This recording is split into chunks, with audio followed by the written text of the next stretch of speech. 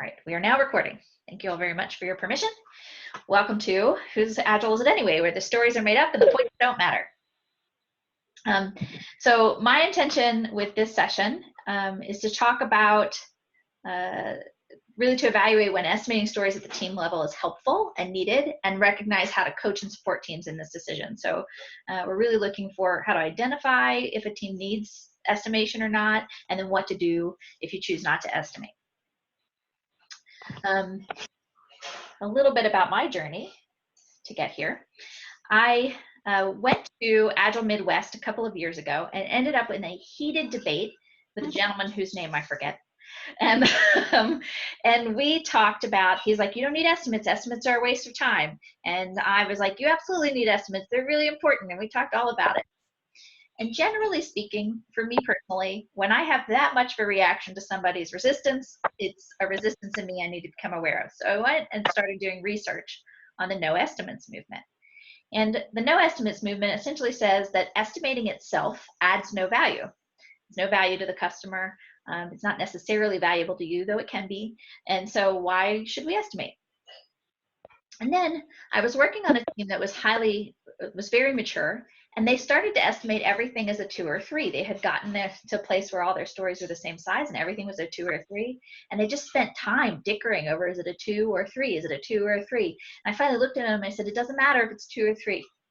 Just pick something. And so we started working together to move away from estimating. And they moved to counting instead of estimating. And so a little bit of this is how I developed as a coach around the concept of estimation. And also, you'll get some opportunity to learn about the no estimates movement and when you can use estimation or not and why you would choose to. Any questions about my intention this evening? Sounds good. All right, cool. So we're going to do an estimation game. Here is the physical jar that this is a picture of. And in chat, if you will, just write down how many items you think are in this jar and how long you think it would take you to thread them on a string.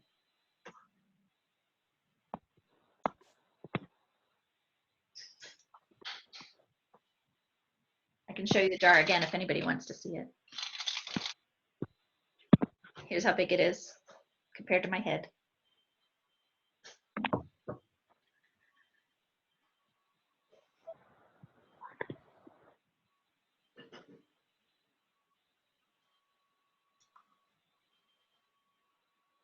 Hi, Wayne. Welcome. Oh, you're not quite on yet. You're still connecting.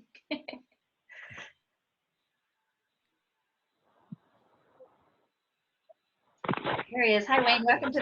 Welcome to the game. You just entered at the right time. We're estimating this jar of things. Okay. How many items do you think are in it, and how long would it take to string them?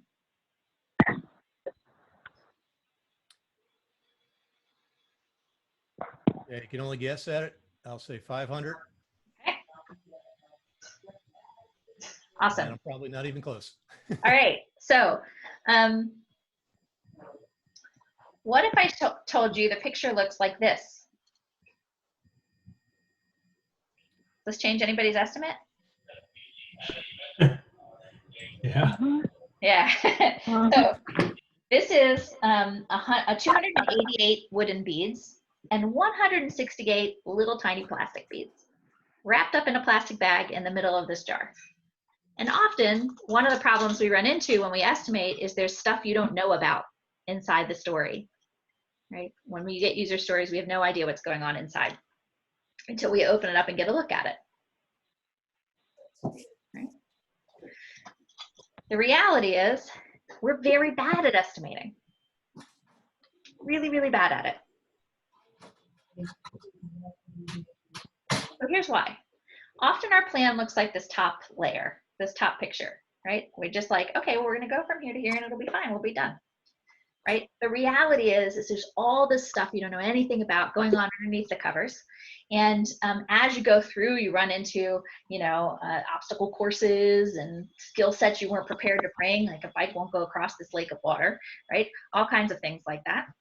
And it's due to two things. One of them is the planning fallacy, which is a phenomenon in which predictions about how much time will be needed to complete a future task display an optimism bias and underestimate the time needed. And the optimist bias is a cognitive bias where one assumes they are unlikely to experience a negative event. Right? For example, there are several companies that probably won't make it through coronavirus. Right? Through all the shutdowns and lockdowns and things like that. They're not going to make it.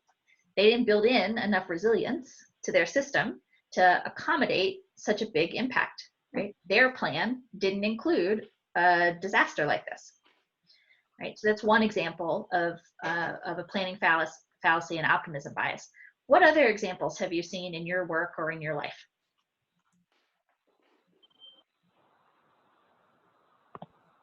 It seems like every estimate Go ahead, Karen. No, I was thinking lots of times you just don't get all the information. People just leave it out because they assume that you know what they know. Does that make sense? Yes, that makes sense. Every weekend when I go to do something around the house, it always takes longer than I think it should. Yeah. That's where that's where I was going. My wife is taken to doubling whatever estimate I give her. Just right out the gate. Whenever I tell her, oh, it's take an hour, 2 hours, and she's right more often than I am. When you ask people to estimate, they tend to estimate from a personal perspective. They don't estimate from a team perspective. There's other stuff that has to happen. They typically leave out of their estimate. Right.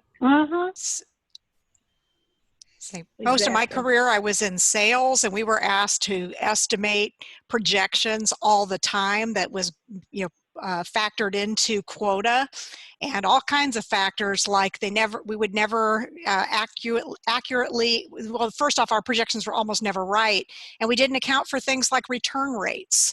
Yes, you can sell some product, but in the end, at the end of the day, a lot of it's also, significant percent comes back. Yeah. We're just really bad at this.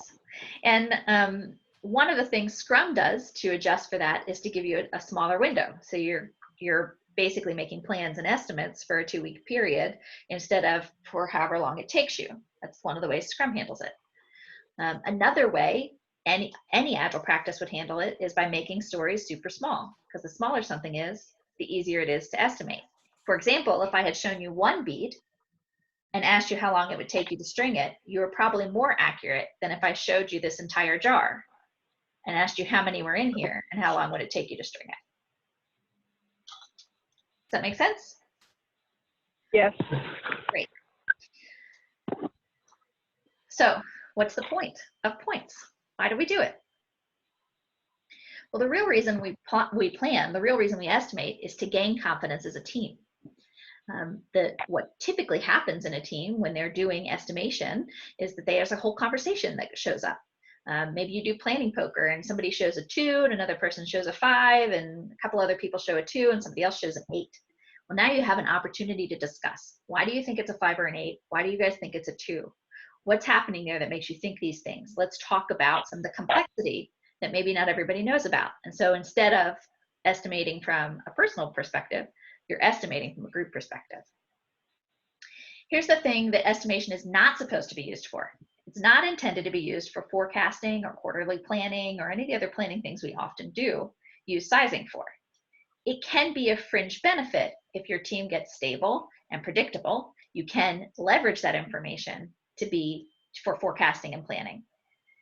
But it comes with lots of assumptions, right? Well, if things continue as they are, if the team stays stable, if the scope doesn't change, right? There's all kinds of extras that you put into that measurement.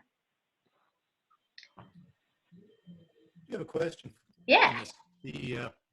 I'm putting on my old traditional project manager hat. I'm getting into contracts and so forth.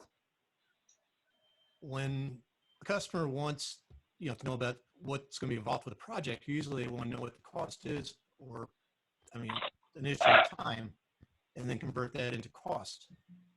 And then once they have that, they can see if they can go ahead with it, what their budgets are, and so forth. Sales, I think you'll probably run into the same thing. Mm-hmm. The 3 things is quality of it, the cost of it, and then the time those three factors, and it all affects it. I may be getting ahead of what you may be going to discuss this later on, but how does it relate to cost, or should that even be brought up right now? Well, if we remember that estimation in the Agile world is not intended for forecasting or planning, and that estimation is intended to build the team's confidence towards their commitment, then it wouldn't be leveraged for cost planning. There's a really great book I'm going to recommend called Implementing Beyond Budgeting, probably backwards in the visual, by it's a very Netherlands name. I think it's Bjarte Bogsnes or something like that. Last name is spelled Bogsnes. And it's all about how to budget iteratively, right? So if you're writing a contract with somebody and you say, okay, well, pick two. Do you want to keep cost and time fixed and we adjust scope? Do you want to keep scope and time fixed and we adjust cost? Or do you want to keep the other two fixed and we adjust time, right? That's really ultimately what you're after, is collaborative contracting instead of enforced, specific contracting.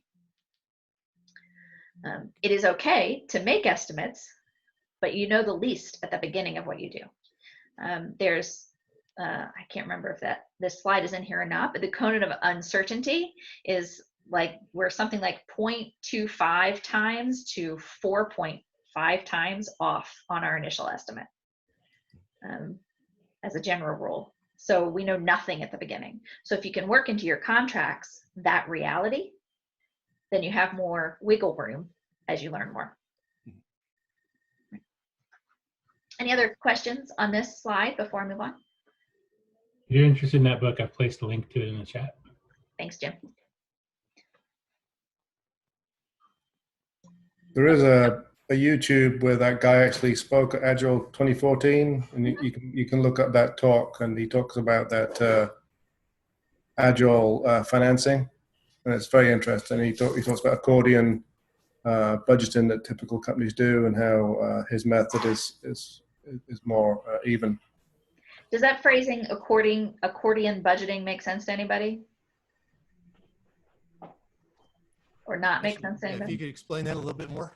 Yeah, so accordion budgeting means that you're at the beginning, like at the end of the year, the fourth quarter, you're busy. Everybody's super busy doing all this activity around how much money are we going to spend next year. And then everybody gets the seal of approval. They dicker with each other. Usually people ask for more than they need because they know they're going to get taken down, right? All kinds of things happen in there. And so you've spent all this energy in the fourth quarter, and then you burst into the next year and start spending your money. And then somewhere around the third quarter, you're like, oh, we're going to run out of money because we didn't plan well, because things changed, right? And you start again doing activity for negotiating money. And then the fourth quarter hits again, and you spend all this energy building a budget.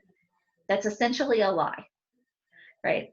Every plan we make, every budget plan we make, every time plan we make is a lie we all agree to accept temporarily, right? And what Agile says is when things change, you change, right? But the finance system says we made a budget, we're going to stick to our budget no matter what, which is a fixed plan, not a responsive plan. So you spend, that's the accordion that we're talking about. And the horizon keeps coming further away and then closer and further away and closer. Yeah. It's not a fixed amount of time that you can manage comfortably in your environment. Does that help, Wayne? Yes. Yeah, great. Okay, so teams as they go through a process of Shu-Ha-Ri. Hey, my dinner is coming. Simple dinner today. Simple dinner, thank you. So teams as they mature go through what's called Shu-Ha-Ri. You may have heard of it, but I'll go through it real quick just in case. So the Shu is the follow the rule space, Ha is the break the rule space, and the Ri is the be the rule space. Here's an analogy. When you first learn to drive your car, the Shu, you did all the right things. You put your seatbelt on, you put your hands at 10 and 2, you checked your mirrors, you turned your blinker on, you did everything by the book. You're a brand new driver. It's a little bit scary for some of us. And you don't want to, your license is pretty precious. There's less luxury if you mess up, right? There's a chance you'll lose your license. Then you get to Ha, and there's this moment where you like, maybe you're on a street and there's nobody there and you don't turn your blinker on and nothing happens, and you realize, oh, the purpose of the blinker is to communicate to other people. So maybe I don't have to turn my blinker on every time, right? Full stops at a stop sign, though, you may not make a full stop at a stop sign one day and do a rolling stop and get hit. And so you learn how important it is to stop fully at a stop sign. All right, so that's Ha, where you're breaking the rules and learning really why they're there and what they're for. And then Ri is like when you've driven home from work. I know it's been a while since we've driven home from work, but when you've driven home from work and you are on your way and you have no idea how you got there, like you left work and you got home, but you missed all the stuff in the middle, like didn't even, poof, it was gone and you were home. That's being the rule. That's when you're so in the zone, you no longer need to think about the rules. And this is important because different teams at different levels estimate differently and need estimation differently, right? Any questions about that before I move into how to apply estimation at these 3 levels?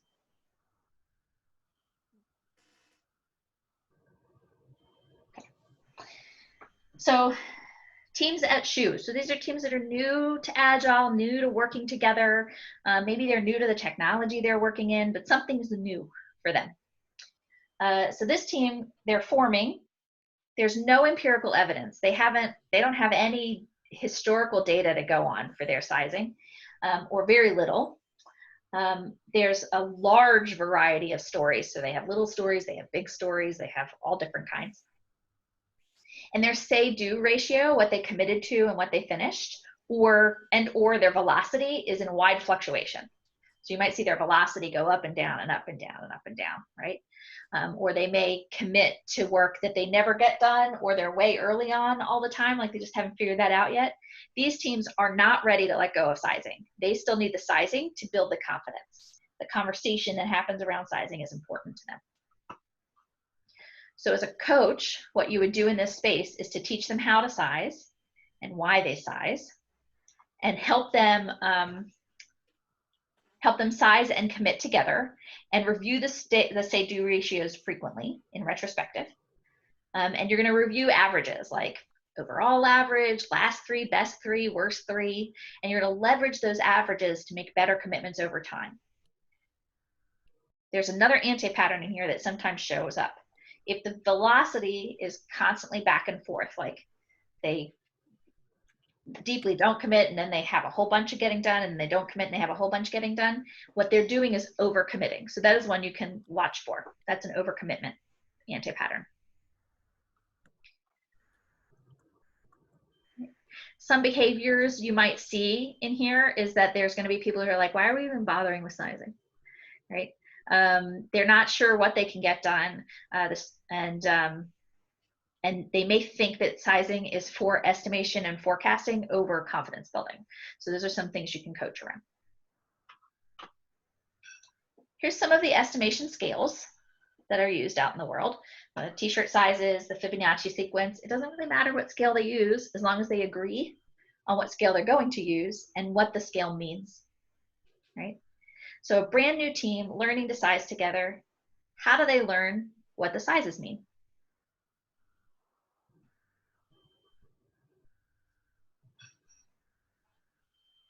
They build up experience, like pick a number and build up experience, sure. Agree on an anchor and then estimate relatively based on an anchor that they can accept. Yeah.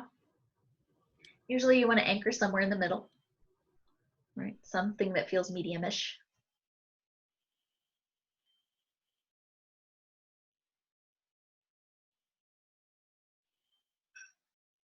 There's another technique for getting a baseline, which is called binning.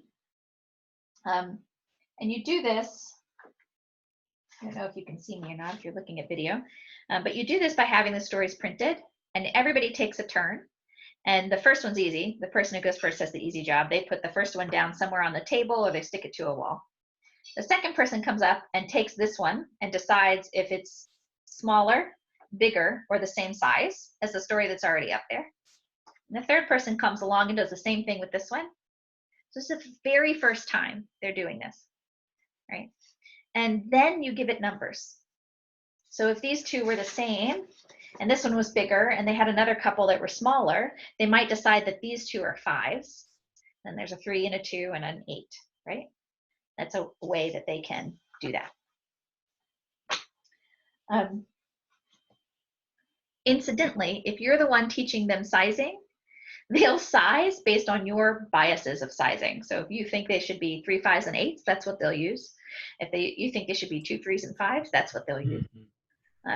If you're teaching them for the first time. I worked in an organization where I taught every team how to size. And so as they got more mature with their sizing, you could actually predict on it because everybody was sizing on the same scale.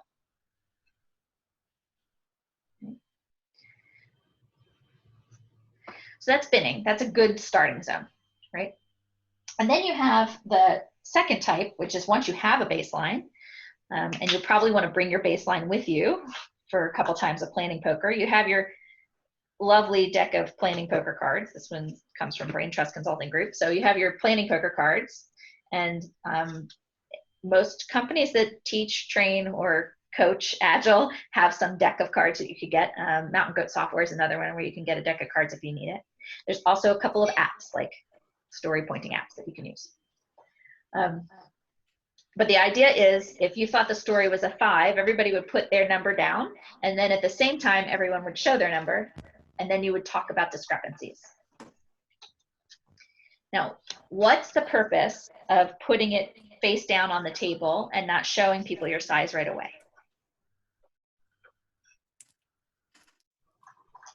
Oh, just so you don't influence other people in the group? So you don't influence other people in the group. If you have a team at Shu with Agile, but you have a variety of people in the technology that they're using to build, so you have people that are Ri as technologists, as engineers, and you have people that are Shu as engineers. The folks that are Shu, if they see what the person at Ri is going to size something, they will just copy them. Right? So the hidden planning poker method is the way to avoid that peer pressure and to create, and really what you're trying to do is create discussion around how big and complex do we think this is. Now, sizing should be on 4 different elements. When they're sizing, they get to size, they size based on 4 things. How big is it? How much effort would it take? What's the knowledge they have on it and what skill sets they have? And there's probably another element of complexity. How complex is it? Right? If this were your backlog, right, we're not going to do an exercise around this because we're virtual, but if this were your backlog, how big is the lion? It's massive. Massive. So call it an extra large, right? What made you decide it's an extra large? What are you making that measurement on?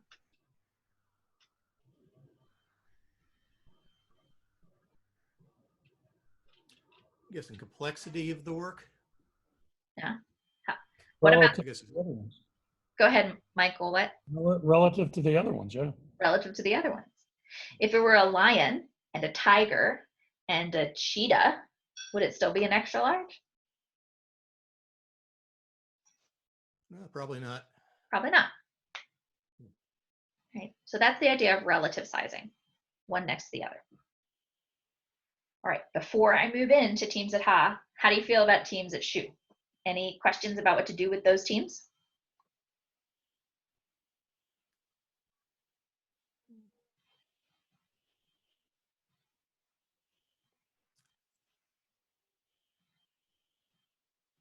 Okay, moving on to Ha.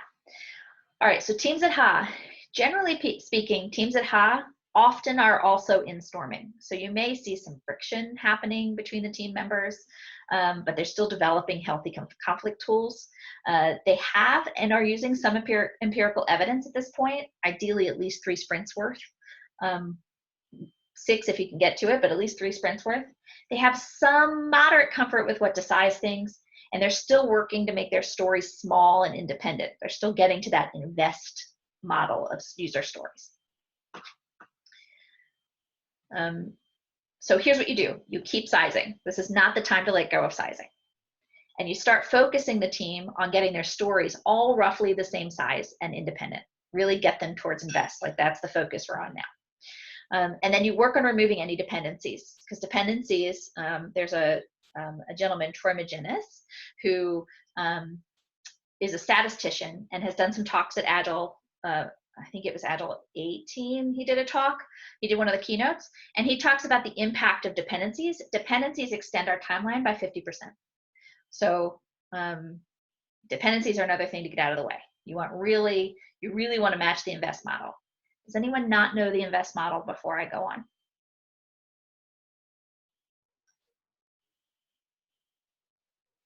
Okay. Any other thoughts or questions about a team at Ha?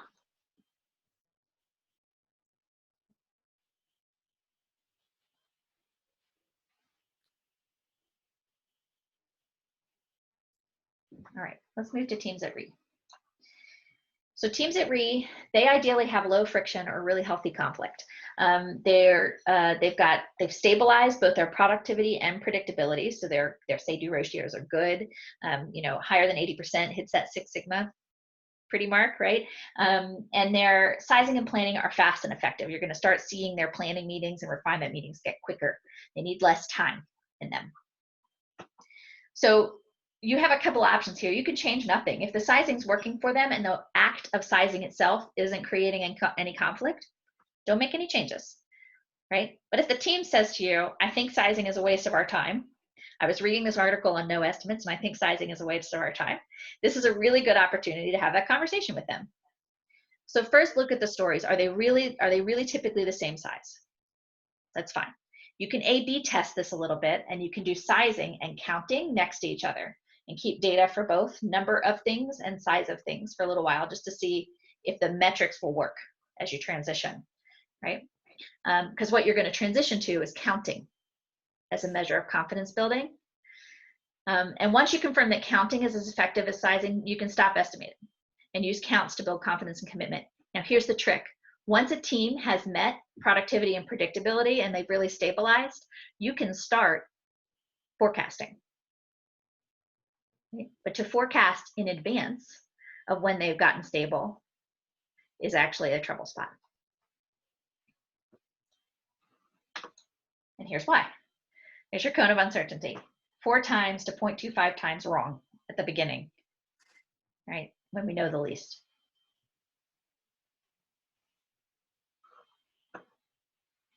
When do we know when something will be done? When it's done. When it's done. right? Right? And the second Agile principle says, welcome changing requirements, even late in development. Agile processes harness change for the customer's competitive advantage. So if we create a budget, and our customer is our internal finance department, if we create a budget and they say, well, our budget said you were only going to spend this much, but now you're spending this much, you can say, well, we have a choice. We could stop building right now. We could just stop. And that would mean we won't spend any more money. Or we can look at the market and say, there's still work to do here. It's for the benefit of our customers, and put more money in it. Okay.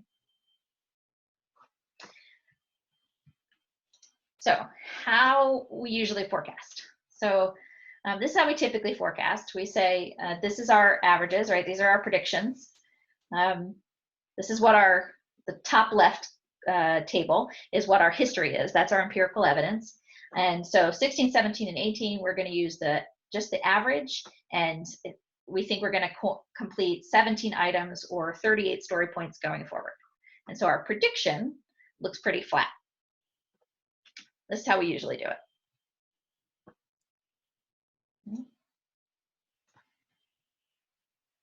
So here's some math problem for you.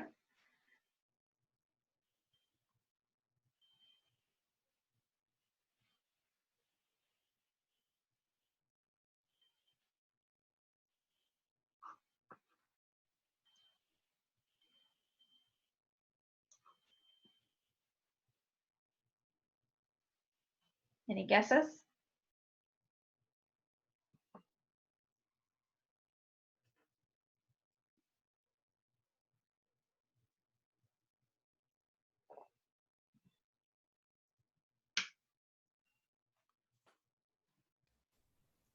Somewhere around 28 or 30 weeks, something like that. Right, so half of that, because we're sprints. Right? I was thinking weeks. Yeah. I've already done the multiplication by 2. Right, so if we had 150 items in our backlog and we have sprints of 2 weeks and we finish 17 items every 2 weeks, that should come out to around 9 sprints, or we finish 38 story points every 2 weeks, so that should come out to 10 sprints. And that's typically what we talk about with our business or stakeholders. Oh, it'll be about 9 or 10 sprints based on what I know, right? And we use just that one average. Here's another option, right? Now we have the same problem, but we're going to use some additional averages. We're going to say our worst average, our best average, and then you have a choice. You can use your overall average, or you can use the last 3 average. And there's arguments for one or the other. But let's go ahead and use our, I think I have it as our regular average, right? So best case on item count is 9 sprints, and our most likely case is 9 sprints, but our worst case is 22 sprints. And if we use story points, our best case is 7 sprints, our most likely case is 10 sprints, and our worst case is 11 sprints. This is a team that probably isn't sizing everything all the same, since their item count makes such a big difference compared to their story sizes. But now you've got a whole lot more data to leverage when you're having a conversation with your product owner or your business. And you can give them assumptions, like as a, if you're in the Scrum Master role or an Agile coaching kind of role, you might say, well, our average is 14, but our last 3 was 17. So I feel like we're moving in the direction of our best case or most likely case, not our worst case. There's no guarantee. It's still an assumption and a guess, right? But this also gives, like if you're working with a marketing department that has to put out marketing material and release your product on social medias and things like that, you can say, well, it might be 10 sprints or it might be 20 sprints. So maybe let's wait for another 2 or 3 sprints to pass and see what's happening before we plan any announcements. Right? So those are some conversations you have. How else might this change your conversations with your business or product owner?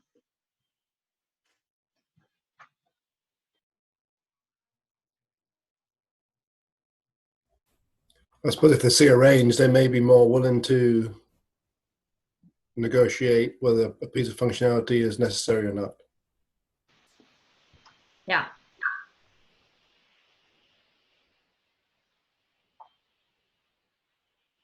You might also run into a space where you're like, well, I mean, if we do everything in our backlog, sure. 350 story points in our backlog, but the last 50 of them are completely unnecessary. They're nice to haves. We could just drop them. Other conversations you might add is, the team changed 3 times in the last 6 weeks. We had a team member come on, took up a team member roll off, another team member come on, so they haven't stabilized again. So really give me another 3 sprints before we count on this data. Because one of the things that's really important around data is the story and the context.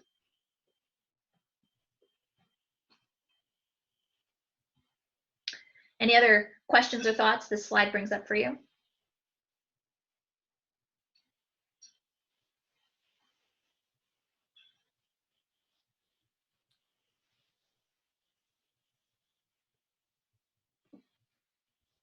Okay, great.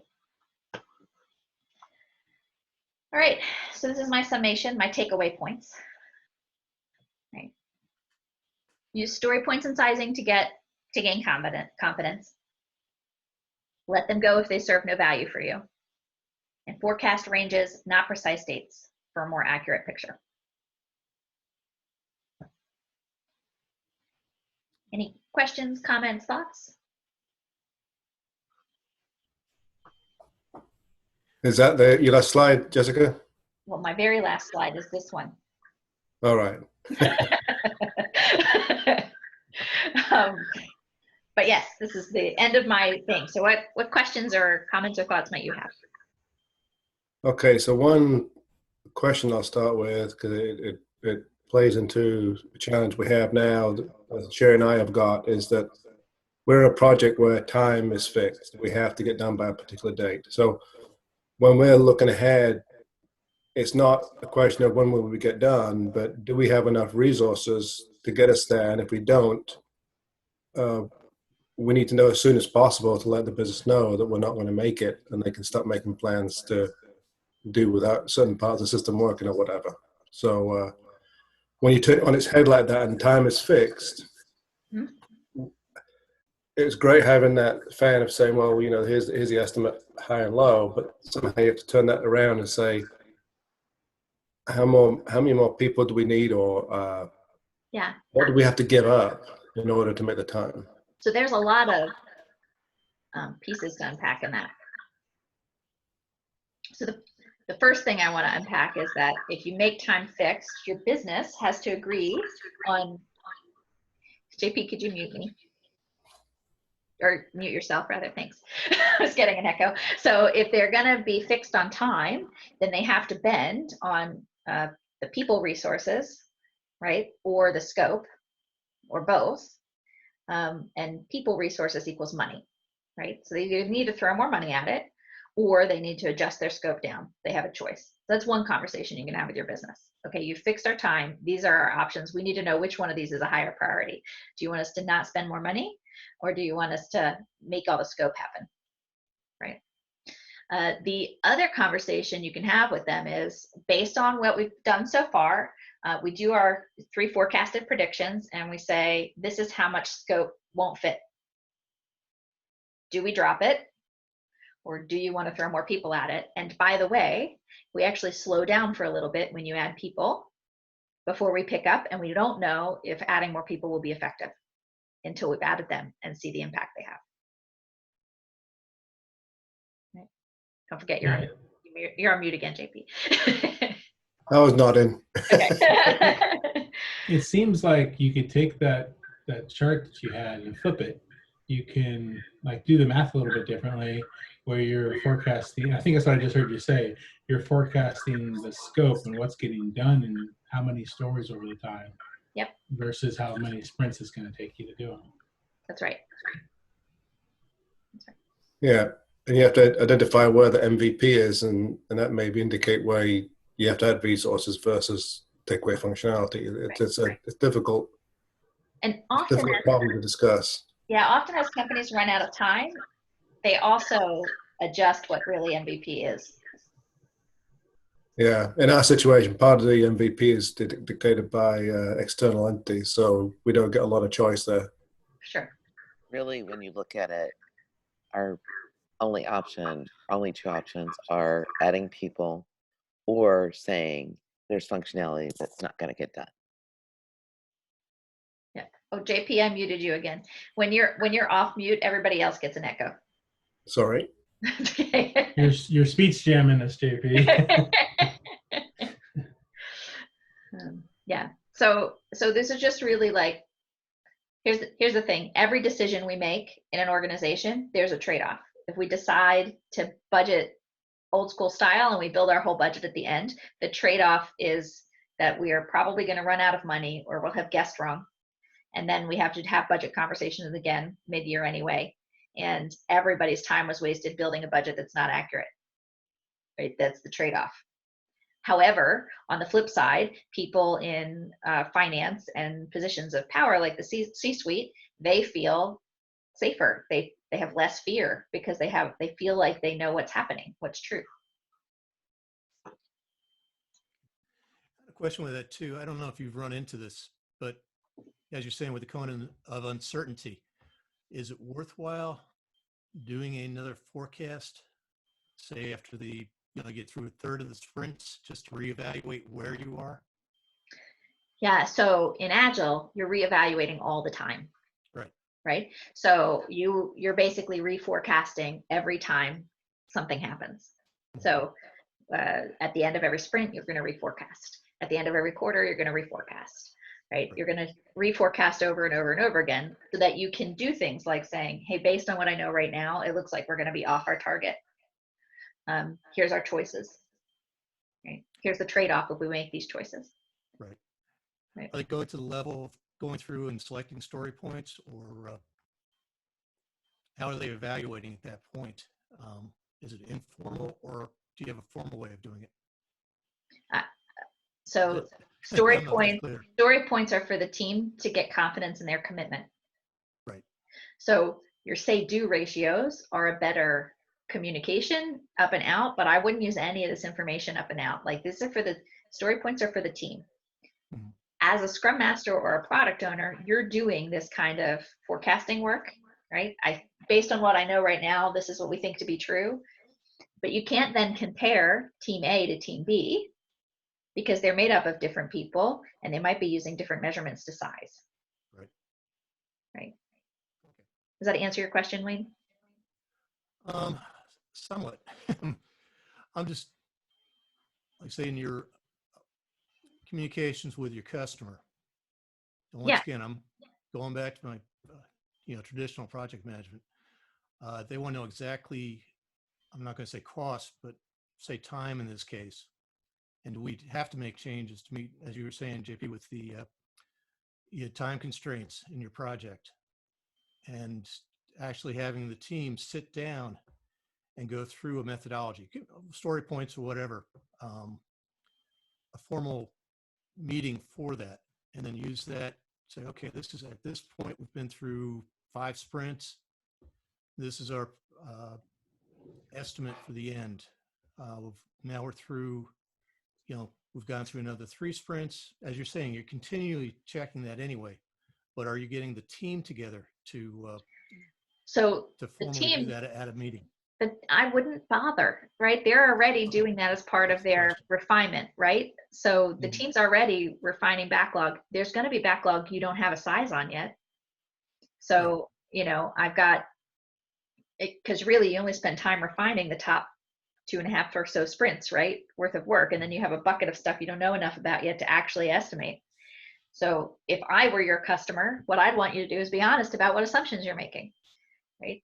Based on what we know so far, we look to be on target or off target, and here's by how much. And if you want us to continue with the entire backlog, it'll cost this much more.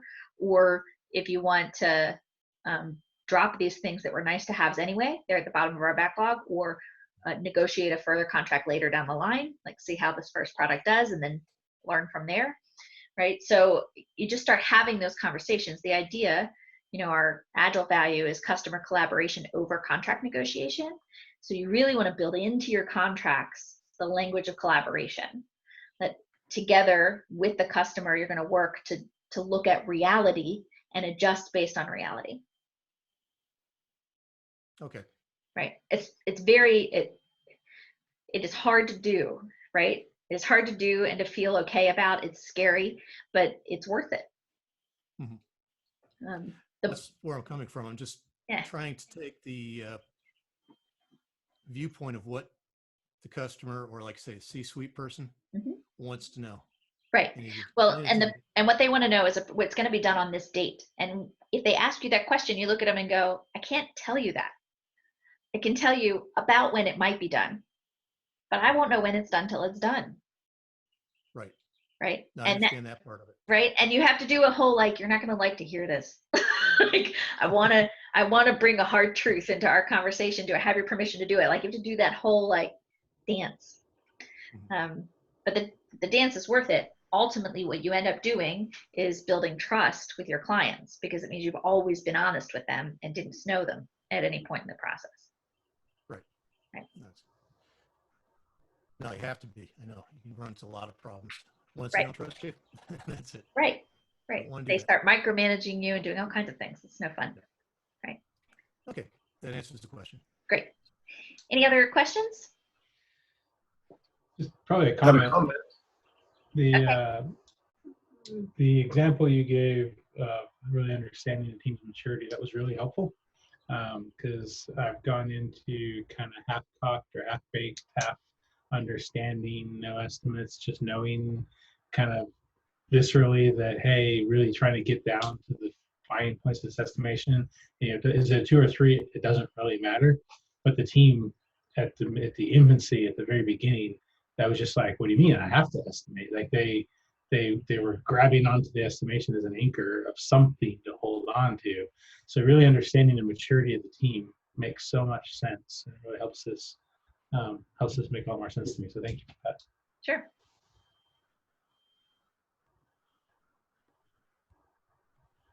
So I've got something to contribute if you're open. Yeah. So last year, just before Music City Tech, I came out of retro with one of the teams at work, and somebody put in the retro hashtag no estimates. Why do we waste time doing estimates? And I thought, what a flippant comment. Of course you have to do estimates. It's required. It's part of the process, right?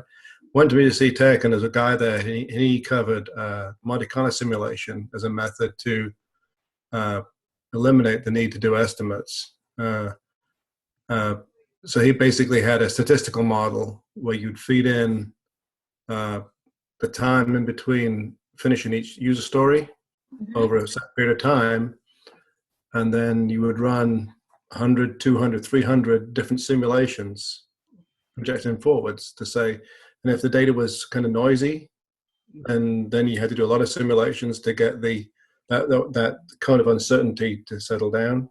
Yeah.